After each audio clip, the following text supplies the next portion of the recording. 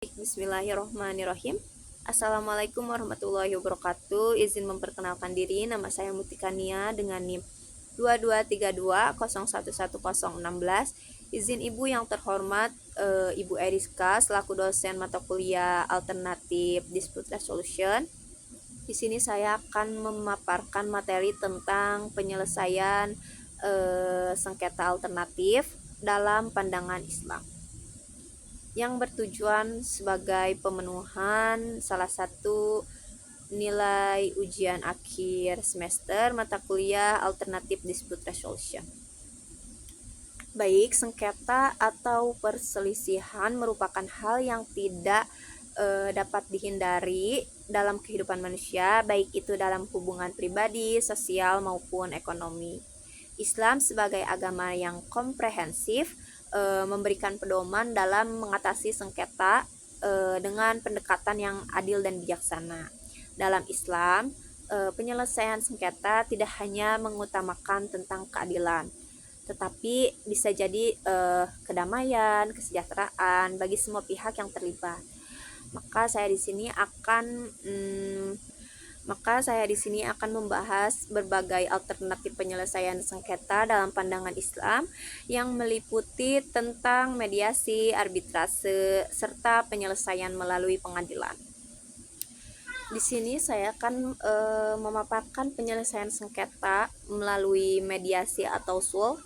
Mediasi atau sulh merupakan salah satu cara penyelesaian sengketa dalam Islam yang sangat dianjurkan. Sulh merupakan bentuk musyawarah atau perundingan untuk mencapai kesepakatan antara kedua belah pihak yang bersengketa atau berselisih dengan bantuan pihak ketiga yang netral.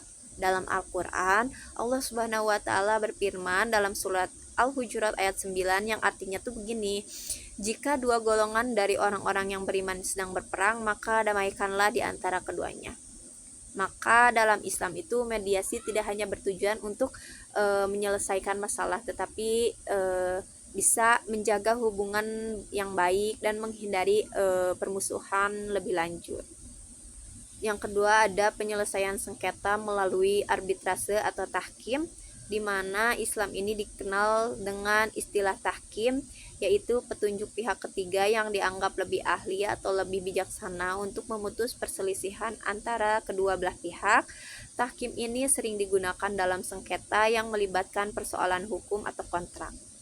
Jadi keputusan yang diambil oleh hakim atau arbiter yang bersifat final dan mengikat kedua belah pihak selama tidak bertentangan dengan prinsip syariah. Dalam hadis, Rasulullah Shallallahu Alaihi Wasallam memberikan contoh penyelesaian sengketa melalui arbitrase. Salah satunya adalah peran sahabat Zaid bin Sabit dalam mengatur penyelesaian sengketa. Yang ketiga ada penyelesaian sengketa melalui pengadilan atau yang sering disebut dengan qadha, di mana dalam situasi ini lebih kompleks atau ketika mediasi dan arbitrase gagal, Islam mengizinkan penyelesaian sengketa melalui pengadilan atau qadha ini. Kenapa? Karena pengadilan dalam Islam berperan sebagai pihak yang berwenang untuk memberikan keputusan berdasarkan hukum syariah. Jadi proses pengadilan ini dilakukan dengan mengutamakan keadilan dengan hak-hak setiap pihak yang bersengketa dijaga dan dilindungi. Salah satu contohnya di mana pengadilan dalam Islam adalah sistem diterapkan pada masa Khulafaur Rasyidin, di mana keputusan-keputusan pengadilan berdasarkan Al-Quran dan As-Sunnah. Baik, selanjutnya saya akan menjelaskan tentang peran hukum Islam dalam penyelesaian sengketa, di mana Islam ini memiliki sistem hukum yang mendalam, termasuk di dalamnya ada hukum waris, pernikahan, perbankan, dan jual beli yang sering menjadi sumber sengketa. Kenapa? Karena hukum Islam ini memberikan pedoman yang jelas tentang hak dan kewajiban setiap individu, serta bagaimana menyelesaikan sengketa dengan cara yang adil dan merata. Jadi konsep keadilan dalam Islam tidak hanya memberikan hukuman, tetapi juga memperhatikan keseimbangan hak dan kewajiban antara pihak yang berselisih. Yang kedua ada etika penyelesaian sengketa dalam Islam. Gimana sih cara pandang Islam terhadap penyelesaian sengketa ini gitu?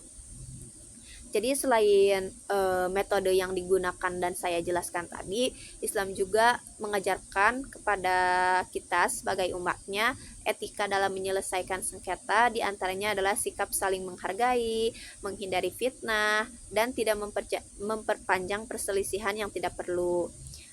Seperti halnya Rasulullah Shallallahu Alaihi Wasallam ini bersabda yang begini, tidak halal bagi seorang muslim untuk mendengki saudaranya lebih dari 3 hari. Jadi dalam konteks ini Islam ini sangat mendorong perdamaian dan rekonsiliasi daripada melanjutkan permusuhan gitu. Jadi kesimpulan yang saya buat dalam materi alternatif penyelesaian sengketa ini menurut pandangan Islam, di mana penyelesaian sengketa ini dapat dilakukan melalui berbagai cara alternatif seperti mediasi, arbitrase, dan pengadilan. Tetapi setiap alternatif juga memiliki tujuan yang sama gitu, seperti menciptakan keadilan dan kedamaian antara pihak-pihak yang berselisih.